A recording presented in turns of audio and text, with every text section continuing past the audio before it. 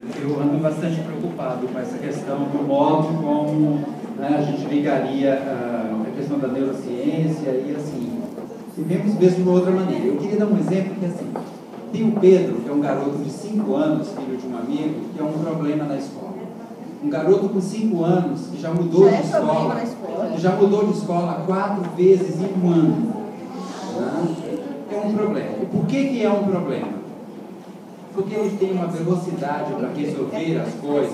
O professor pede, a professora dá uma atividade, outras crianças, os colegas, levam meia hora, 1 hora fazendo a atividade, ele faz em 2, 3 minutos. E aí a pergunta dele é: e agora eu faço o quê? Essa é a pergunta. Né? Bom, e agora eu faço o quê? Ele não tem o que fazer, ele já resolveu o problema, que é a tarefa que foi colocada. Como ele tem que ficar meia hora, 1 hora, ou 20 minutos, ou 5 minutos, que para uma criança tudo isso é muito tempo, esperando os outros, claro, dá um tapa em um, tira o lápis do outro, fecha na guarda, e aí a confusão está instalada na sala de aula. Bom, a última escola que ele entrou era uma confusão também, porque assim, o garoto é problema porque faz tudo e faz tudo bem, e faz tudo rápido. Claro que ele vive conectado, que ele mexe em todos os aparelhos, que ele faz todas as coisas. A última escola, né, foi do final do ano passado, e agora continua na escola, a solução que a escola encontrou foi a seguinte: teve reunião com os professores, com o pai, com a mãe, para ver o que fazer. Não, a solução foi o seguinte: libera o smartphone. Ele faz a atividade, ele está pleno, libera, ele fecha, ele guarda, ele faz a atividade. Acabou a atividade dele, ele entrega e corre para o smartphone. Fica quietinho na sala lá fazendo 1000 coisas e a aula continua normal. Outra atividade, ele corre e faz a atividade rapidinho. E como ele quer ficar no smartphone fazendo coisa, ele tem um fotoblog, ele faz as fotografias de tudo e posta tudo, etc. Então, ele quer cada vez mais fazer rápido as atividades. Então, assim, ele se livra o mais rápido de tudo que tem para fazer, porque ele fica conectado. E agora ele deixou de ser um problema na escola. O smartphone fez com que o Pedro deixasse de ser um problema na escola. Por que eu estou contando isso? Eu leio bastante um filósofo chamado Walter Benjamin, um alemão. O Benjamin escreveu muito na primeira metade do século XX e era um autor fascinado com as novas tecnologias da sua época. As novas tecnologias da primeira metade do século XX eram fotografia, cinema e os meios de transportes velozes. O trem, né, e o comecinho ali do avião. O Benjamin morreu em 1940, portanto ele não pegou nem televisão.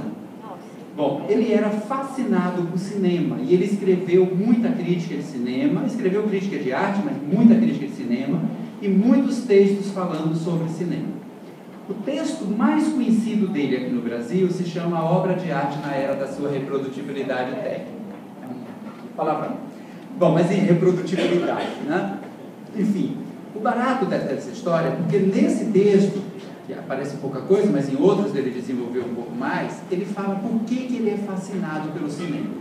E quando ele está falando do cinema, não tinha nem a indústria de Hollywood ainda. Então ele estava falando de um outro cinema muito diferente do nosso. Né? É o cinema europeu, praticamente ele era alemão, praticamente alemão, um pouco do francês, né, inglês. Era um cinema preto e branco e era um cinema mudo. Ele pegou a transição do cinema mudo para o cinema falado e escreveu sobre tudo isso.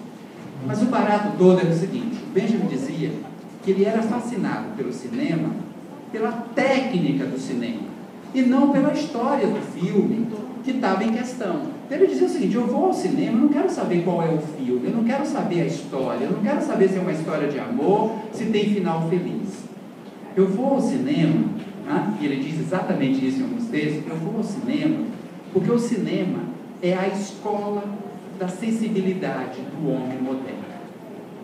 Isso significa para ele que o cinema molda e aperfeiçoa e desenvolve a sensibilidade de cada sujeito. Aí o Benjamin diz: a percepção é completamente modificada a partir do cinema. Por que isso ocorre? Porque nós estamos acostumados com uma temporalidade completamente diferente no dia a dia. O cinema é a arte da montagem. Quando se monta, se corta a história e se monta, se altera radicalmente a temporalidade e a espacialidade também das coisas.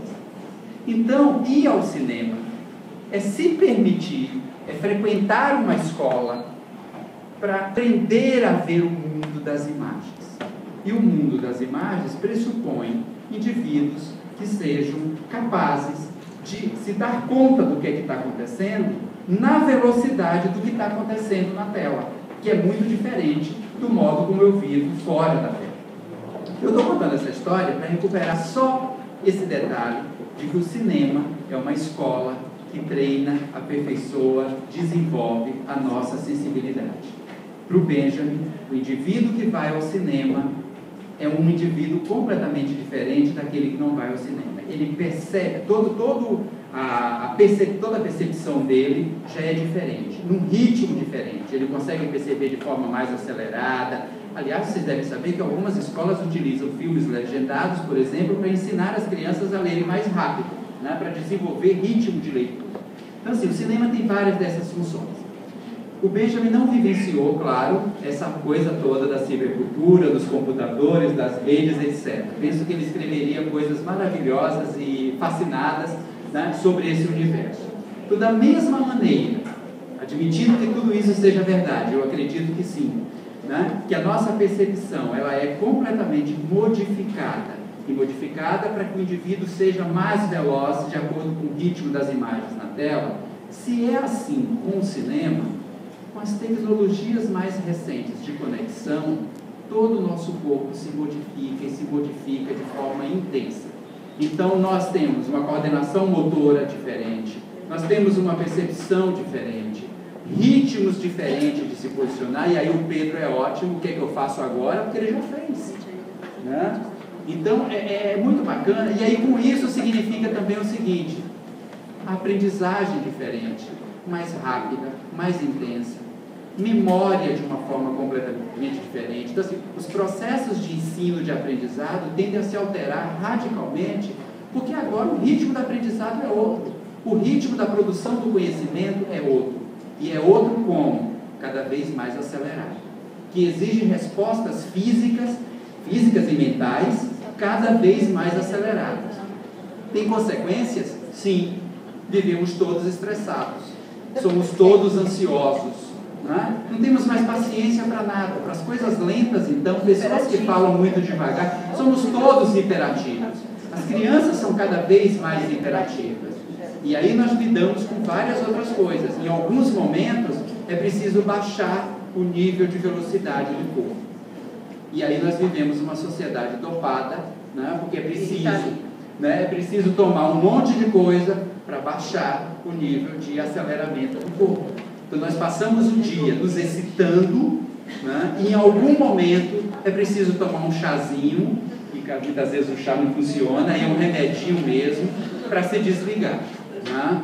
E para poder dormir e coisa e tal. Então isso desenvolve uma série de problemas que a gente precisa investigar e estudar um pouco melhor.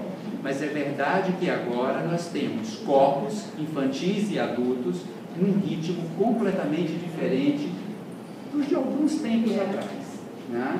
E é preciso entender esse movimento, né? Aprendemos de forma diferente, ensinamos, ou deveríamos ensinar de forma diferente, e aí dá um curto-circuito. As crianças hipervelozes e a escola super lenta na sua atividadezinha, desenhando letrinha, fazendo tudo, né, de uma forma... Dá um curto-circuito. A consequência é o que é que eu faço agora, e vira uma criança problema. É incrível que eu fico pensando que as outras é que deveriam ser problema. As outras que são lentas demais, as outras que demoram muito para fazer as coisas, essas é que deveriam ser consideradas problema para a escola. A escola deveria trabalhar com essas crianças para que elas desenvolvessem mais habilidades e mais rapidez nas coisas, e não querer, né, engessar o indivíduo que está completamente antenado. O bacana disso tudo é porque a pergunta é excelente, assim, tem um campo de pesquisa extraordinário, né? Não é só fazemos assim. Por que nós fazemos assim? Por que nós vivemos assim agora? Por que nós aprendemos de forma mais rápida e também esquecemos de forma mais rápida? Então esse também é um problema. Como acionar, né, aprender e desaprender, né, as coisas nesse ritmo cada vez maior? Então assim, tudo isso me parece e eu usei essa palavra muitas vezes hoje aqui, fascinante. Mas dizer que é fascinante não significa dizer que não é problemático. É preciso problematizar tudo isso que nos fascina tanto, né? Para novas pesquisas, novas soluções. E aí eu acho que a educação realmente precisa se aproximar mais da neurociência, entender como é que funciona o corpo, como é que funciona a memória, como é que funciona a inteligência, mecanismos para acionar melhor isso aí ou não, né? Para desenvolver mais ou não, o que potencializa, o que não potencializa, tudo isso precisa ser investigado. E nós estamos nesse contexto todo. O barato da nossa época, quer dizer, o fascinante da nossa época é que as coisas não estão dadas, não estão prontas. Nós precisamos construir, e por isso que fazer pesquisa, estudar pesquisando é de fato o que é mais interessante, né? Precisamos pesquisar e fazer muita pesquisa com todos esses existentes.